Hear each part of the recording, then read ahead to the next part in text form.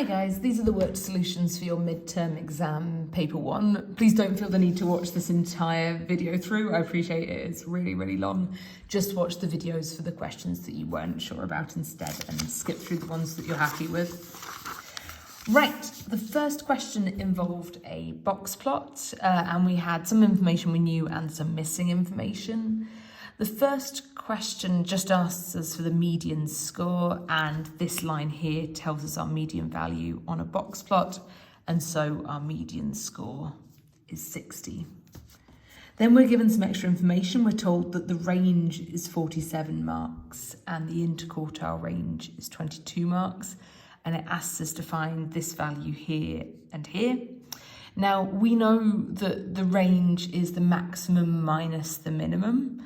And our maximum is C, our minimum is D, and so our maximum minus our minimum is our range, which is 47, and we can, if you really want to, you could use N-solve, but I think we can all solve that to find that C is equal to 87.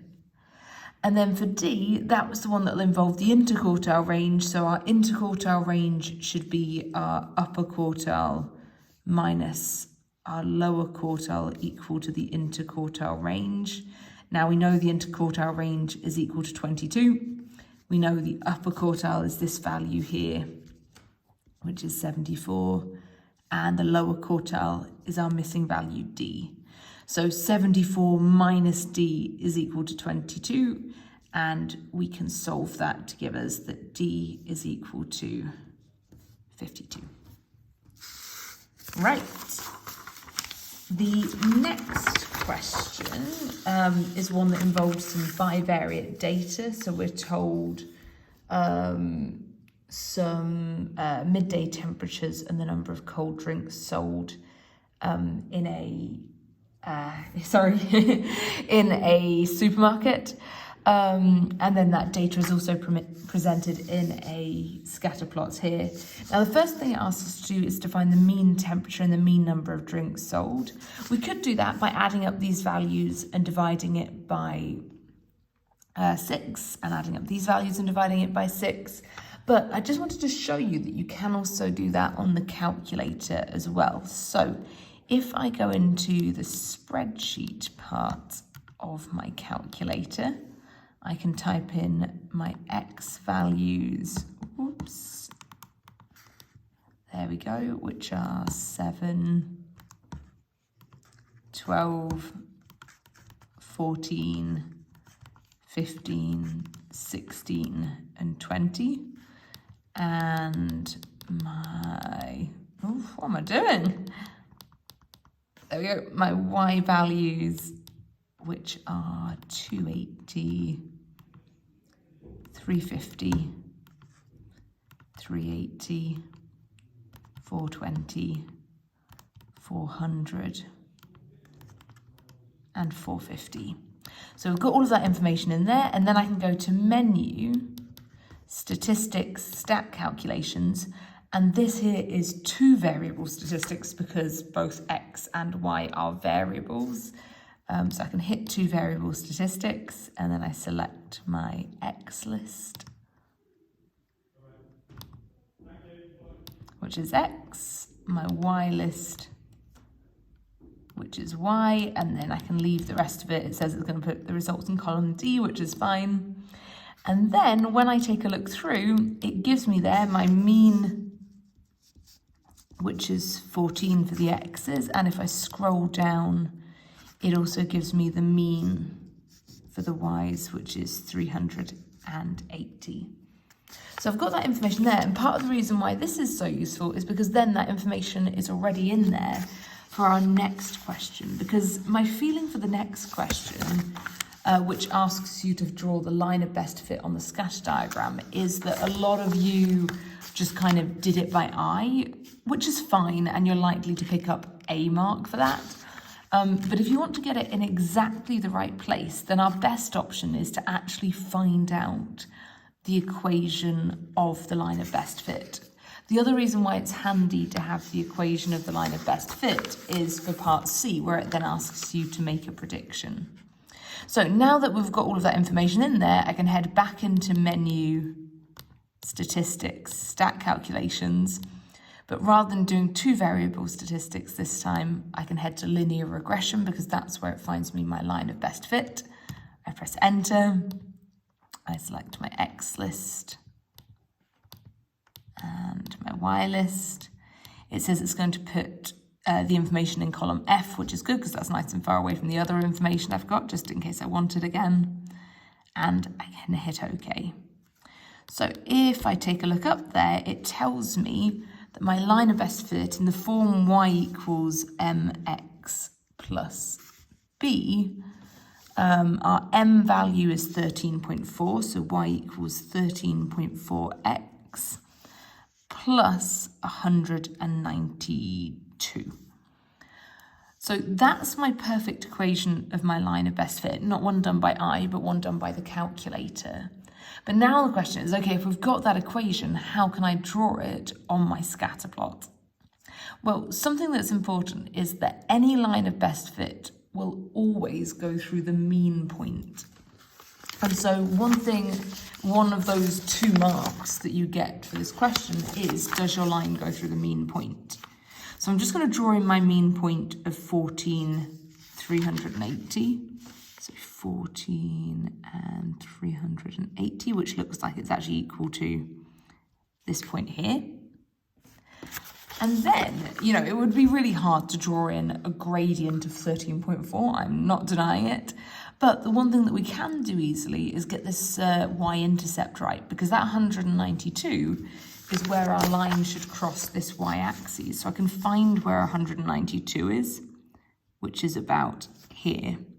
And now I've got 2 points that I know this straight line goes through, so I can grab a ruler and join them up. And just to let you know, what the mark scheme said was 1 mark for it crossing the y-axis in about the right place, and 1 mark for it going through that mean point there.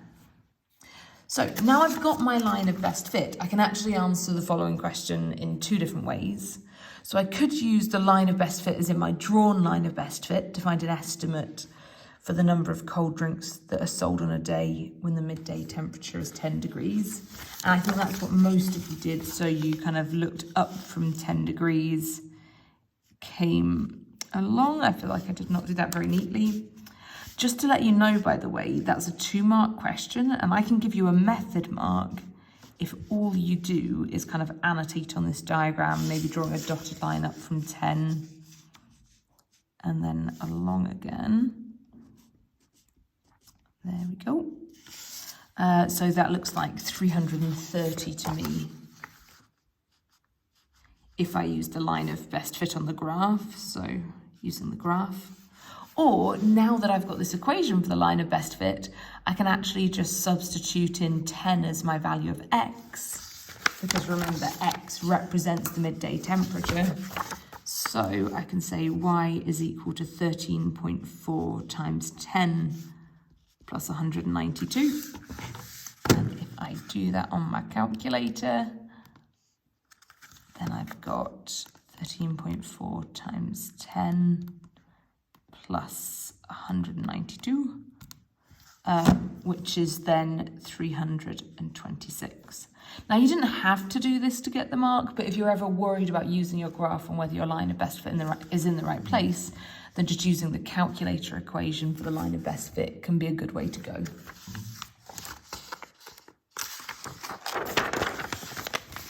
Okay, our next question is a normal distribution question, and the first question is just checking that you know that the mean is given to you by this central value on your bell curve. So the mean lifetime of the bulbs is 5,800.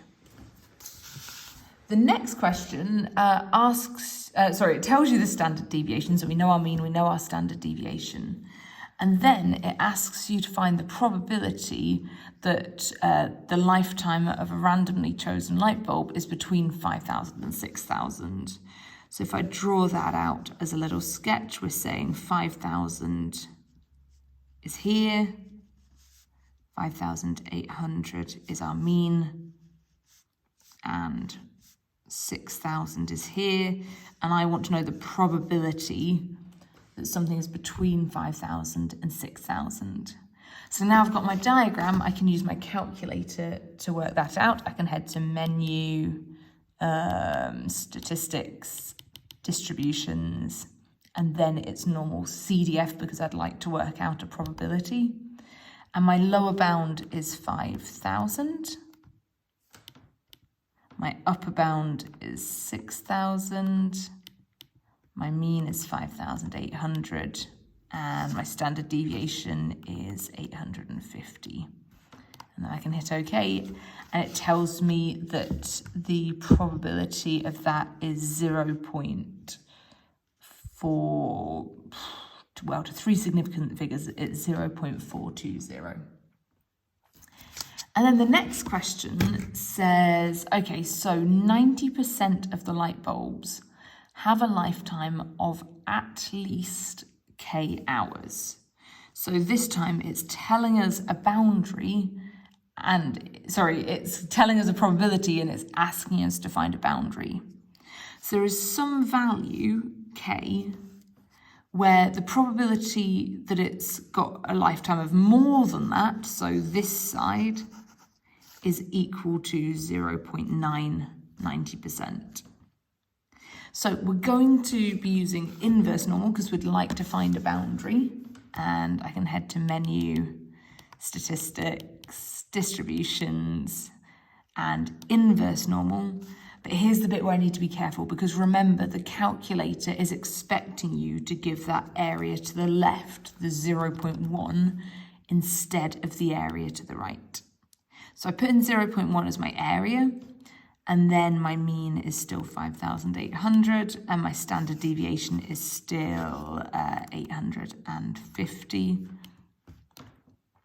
And then it tells me that my my value of K, that boundary there, is equal to 4,711 if I round it to the nearest whole number. Although actually, hang on a sec, the question actually said give your answer correct to the nearest 100. So correct to the nearest 100, that would be 4,700.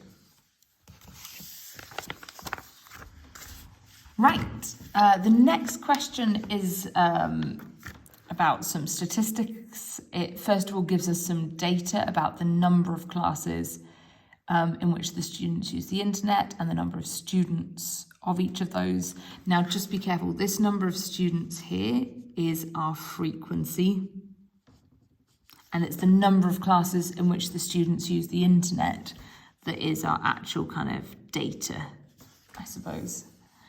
So the first thing it says is that data discrete or continuous? Well, something's discrete if we can count it, whereas something is continuous if we measure it. And you would count the number of classes in which students use the internet. So that means that this is discrete. It then tells us about the mean number of classes in which the student used the internet. And it says that that is 2. And then it wants us to find the value of K. Now, this is really similar to one of the examples we looked at just before this assessment. And in that one, what we said is, okay, now we need to go back to how would we calculate the mean of this data if we had to do it by hand, if we couldn't use the calculator. And the way we do that is we multiply each piece of data by its frequency. So 0 multiplied by 20. And we add it through, so each piece of data multiplied by its frequency. Bear with me, I just need to write them all out. 2 times 30, plus 3 times K, plus 4 times 10, plus 5 times 3, plus 6 times 1. And then we want to divide that by our total frequency. So I'm just going to quickly add up my total frequency there. So it's going to be 20 plus 24, plus 30, I can't add on the K, plus 10, plus 3, plus 1. So that's 88 plus K is my total frequency. And so this is how I would calculate the mean. And then I know that this is equal to 2 because it's told me that the mean is equal to 2. So now I can type this into my calculator and use nsolve to find my value of k. So I'll go into menu, algebra, numerical solve, and I might simplify a bit of this as I write it out. So for example, 0 times 20 is 0. Actually, let me just put in the fraction first. So I won't bother writing in that. And then plus 1 times 24, which is 24, plus 2 times 30, which is 60, plus 3 times k, plus 4 times 10, which is 40, plus 5 times 3, which is 15, plus 6 times 1, which is 6, and then that's all over 88 plus k, and I know my mean is equal to 2, and I just need to tell it that I'm looking for k. There we go. And then after all of that, it tells me that k is equal to 31. Perfect. Then it says that it wasn't possible to ask every person in the school, so the headmaster arranged the students' names in alphabetical order and then asked every 10th person on the list, and they ask you to identify the sampling technique. Well, as soon as it says, oh, it's every somethingth student or person in a list, that tells me it's got to be systematic sampling.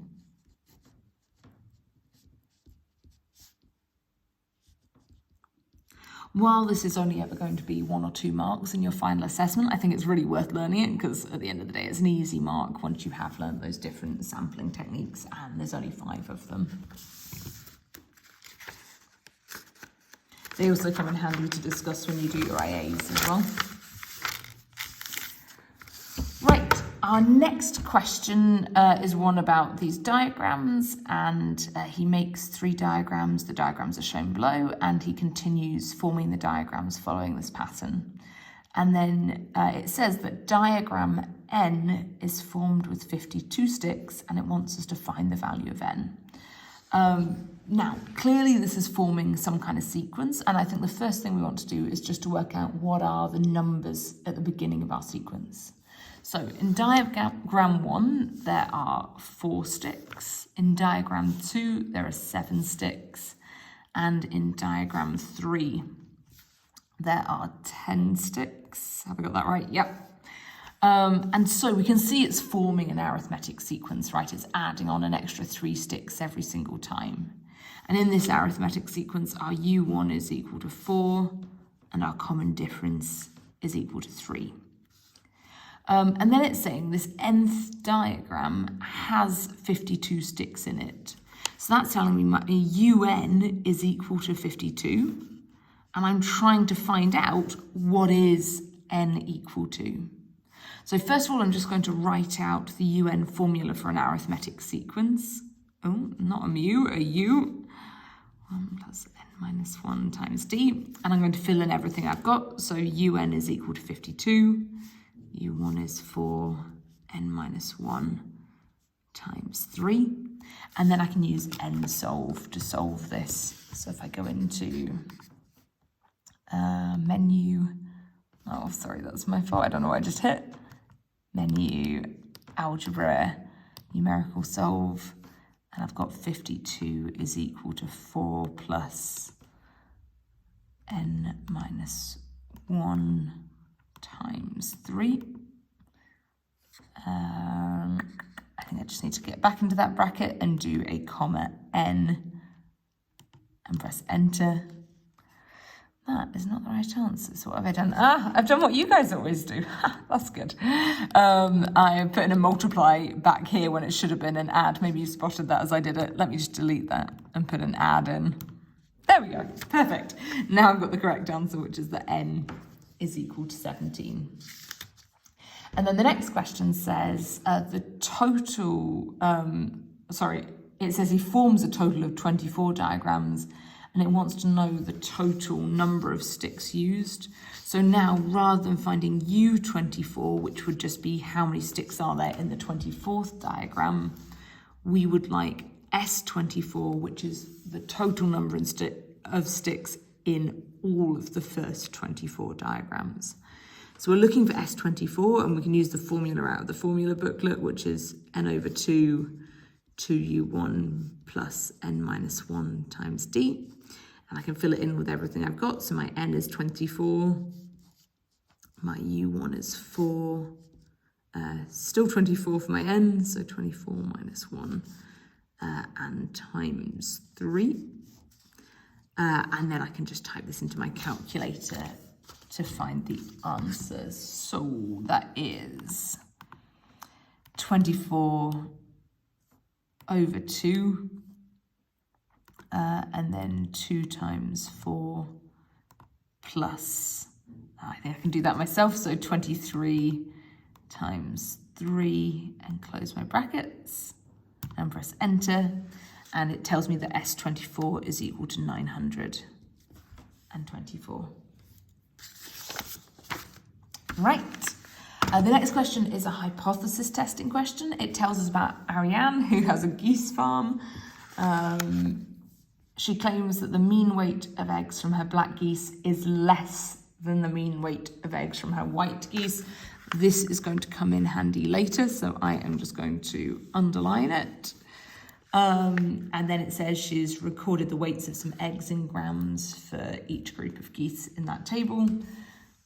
And in order to test her claim, she wants to do a t-test at a 10% level of significance. And it also adds in, it's assumed that the weights of her eggs are normally distributed and the samples have equal variances. Now this section here is always, or pretty much always, going to be in a t-testing question. And this is just the reason why we always swap pooled to yes. This will always be the case no matter what, when you do a hypothesis testing question, and to be honest, whether it says it or not, it should say it, we will always swap pooled to yes, because we always assume this is true on our course. So the first thing it asks us to do is to state the null hypothesis, but it does ask us to do it in words. So rather than just saying mean 1 is equal to mean 2, which should be our null hypothesis, we just need to write that out with the context. So I would say the weights of eggs from the black geese are on average the same as the weights of eggs from the white geese. There we go. Now it asks us to actually do the hypothesis test and find that p-value. So as it's a 2-sample t-test, I need to head over to the spreadsheet part of my calculator, and I think I'll call this black and white so I don't get mixed up.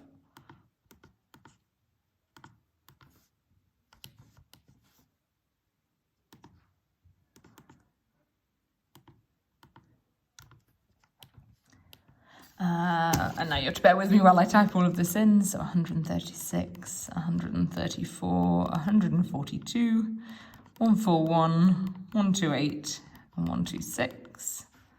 Hopefully I haven't made any mistakes there. And then for the black geese, oh sorry, for the white ones, 135, 138, 141, 140, 136 and 134. There we go. And now I go to menu, statistics, stats tests, and if I have a look down, I can see my 2-sample t-test right there. Data is fine. My list 1 is the black geese. Oops. My list 2 is the white geese. Frequencies I just leave, and then here is the bit where I need to be really careful, because I do not want to leave the alternate hypothesis just on that, because remember this bit I underlined back up here, she thinks that the mean weights of the eggs from her black geese is less than the mean weights from her white geese. So she thinks black geese is less than white geese, so mean 1 is less than mean 2. And remember, we always swap pooled to yes. And I just hit OK. And then if I take a look through, it gives me my p-value here, which is 0.177 to 3 significant figures. And then it says, okay, with this p-value, does the result of the test support Ariane's claim? Justify your reasoning. So first of all, let's compare our p-value with our significance level. So our p-value of 177 with our significance level of 10%, which is 0.1. And we can see that our p-value is bigger than our significance level. And this means that we accept our null hypothesis. But let's just be careful here, because it does say, does it support Ariane's claim? And Ariane's claim is she thinks that the mean weights from her black geese is less than the mean weights of her white geese. And so she thinks the alternate hypothesis is true, which is not the case.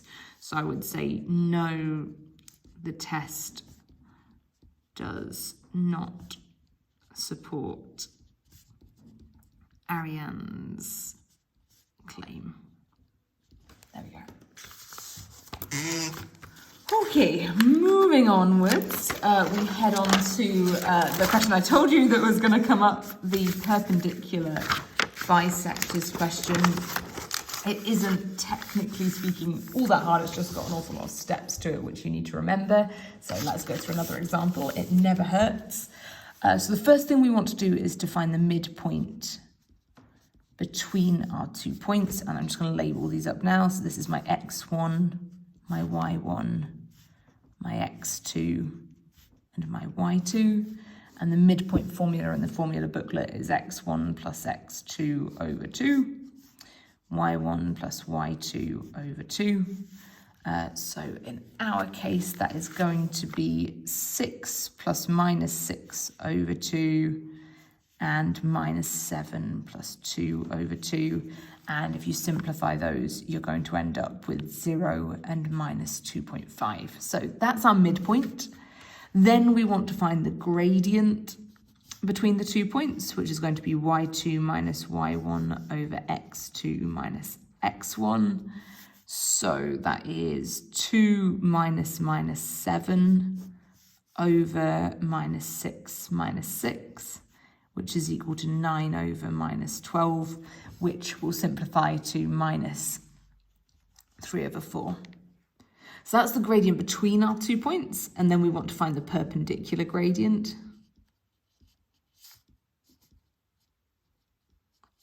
And be careful here, because what I found was a lot of people, hang on a sec, they had that negative down there on the minus 4. So what they did was they swapped it to 4 over 3, but then they kind of brought that negative up here, or I don't know, kind of still kept around a negative. But remember, even though it was a minus 12 down here, that negative is just a negative on the whole thing. So I might as well just call it, it's overall, it's minus 3 over 4. So the whole thing is negative. So when I take that perpendicular gradient, the whole thing becomes positive. So that means my perpendicular gradient is positive 4 over 3. So what I have here is the point that the line goes through, the gradient of the line, and now I can put as much of that information as I can do into y equals mx plus c. So first of all, I know it's y equals 4 over 3x plus c. And now I substitute in a point that is on the line, and that point that's on the line is that midpoint, not one of these 2 points. So minus 2.5 equals 4 over 3 times 0 plus c.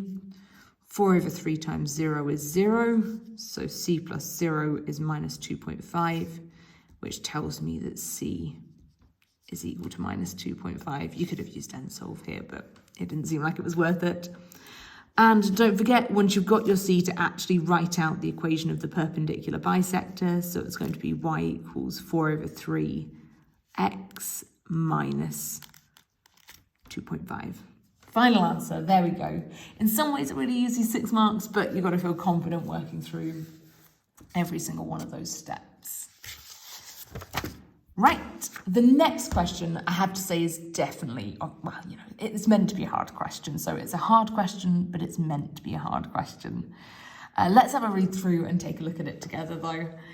So it says they're studying the level of intelligence of students entering a college.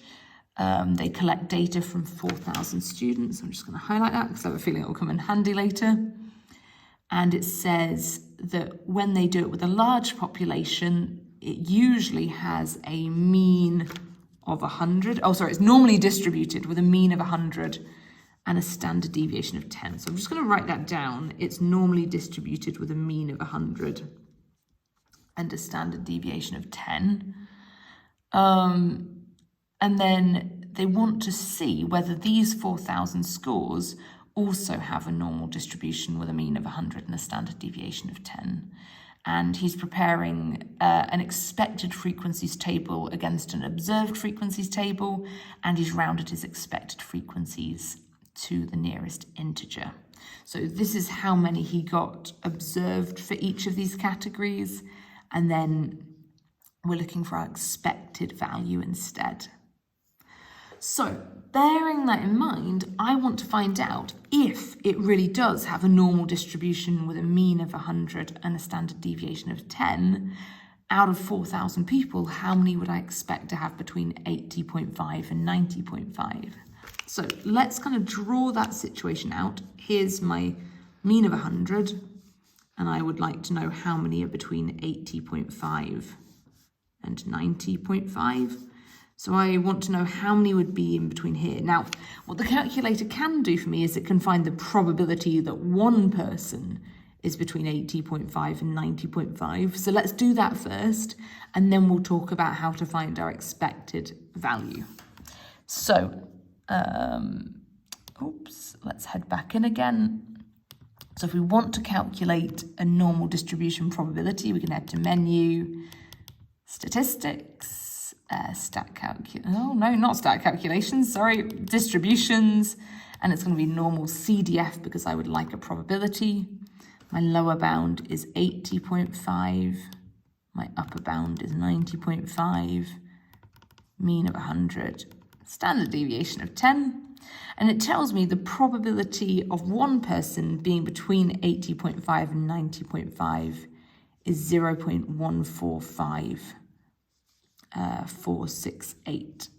So that's the probability of one person, and if I then multiply that by 4,000, then I would get how many people out of 4,000 would I expect to be between those two scores. So if I multiply that by 4,000, I get 582 if I round it to the nearest integer.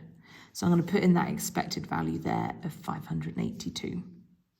Now I just need to do the same thing with each of these different sections. So this one is very similar, mean of 100, and I'm looking between 90.5 and 100.5. So I'm looking for this area here. So it'll be exactly the same.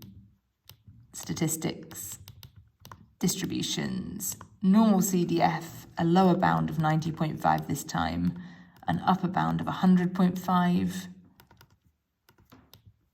and a standard deviation of 10. There we go.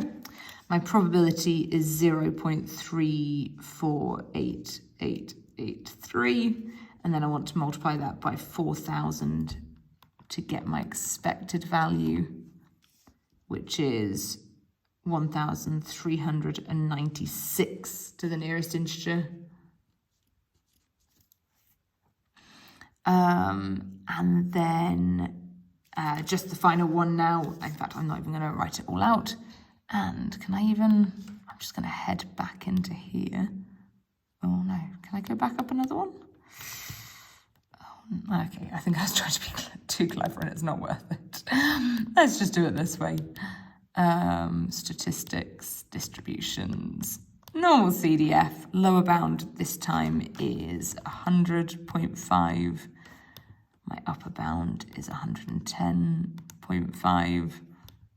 Mean of 100. Standard deviation of 10. There we go. So my final probability is 0.116248. I multiply that by 4,000. And I get a value of 465 to the nearest whole number. So we have our observed frequencies and our expected frequencies. It's almost like we can tell what's going to happen in our final question. So it asks us to test this hypothesis at a 5% level of significance. So this is as hard as a hypothesis testing question would get because they haven't actually told us which hypothesis test it is. However, it said we think it's a normal distribution with a mean of 100 and a standard deviation of 10. Is it or isn't it? So that's telling me it's going to be a chi-squared goodness of fit test. And then here's the bit that I saw a few people who kind of tried to work out a p-value, tried to compare it with the level of significance. All of that was really great. But make sure if you're actually doing a hypothesis test from start to finish, you need to say what is the null hypothesis and what is the alternate hypothesis first. So for a goodness of fit test, our null hypothesis is that the scores? I can't be bothered to check. The scores do follow a normal, I messed up my arm, a normal distribution with a mean of 100 and a standard deviation of 10. And then the alternate hypothesis, please forgive me, I'm not going to write it all out, but it's the same thing except it does not, do not follow a normal distribution with a mean of 100 and a standard deviation of 10. You should write it out in full though, because it's your proper IB exam. So after that, we actually need to conduct our chi-squared goodness of fit test. We need to go to the spreadsheet part of the calculator, and I'm just going to go back and find all of my values now. So we'll have some observed values, and we'll have some expected values.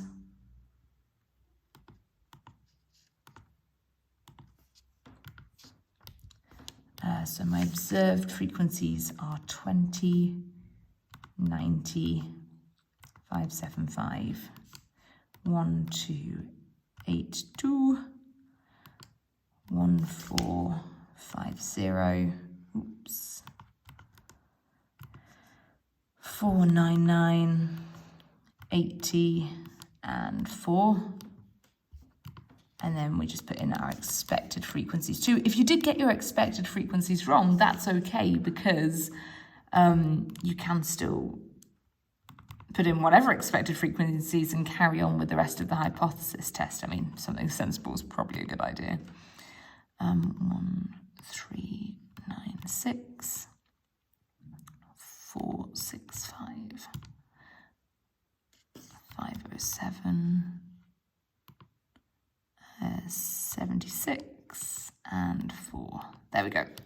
So we've got all of our data in there, and then we go to menu, statistics, stats tests.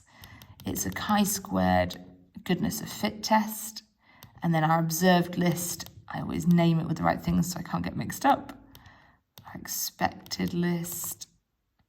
Degrees of freedom is 1 less than the total number of options. There were 1, 2, 3, 4, 5, 6, 7, 8 numbers, 8 different things we were looking at. So my degrees of freedom is 7. And then I hit OK. And here it's got my p-value. Now at first that looks like a really weird p-value because it's saying that our p-value is 4.79, but as we know, our p-value should be a probability, right? And so when we, it should be a probability, and a probability should always be between 0 and 1. So when I take a look at this, I've got, can you see? In fact, it's probably a bit easier to read here. It says 4.7 blah, blah, blah. And then it says E minus 456. Now that E is the same as saying times 10 to the power of. So it's times 10 to the power of minus 456. And so what that means is we actually should really move this decimal point this way in that direction 456 times. Now clearly I'm not going to do that, but what that does tell me is that this is a really, really small number, and it's certainly less than our 5% significance level. So if our p-value is less than our significance level, then we reject the null hypothesis. And we are done with our final question on this paper.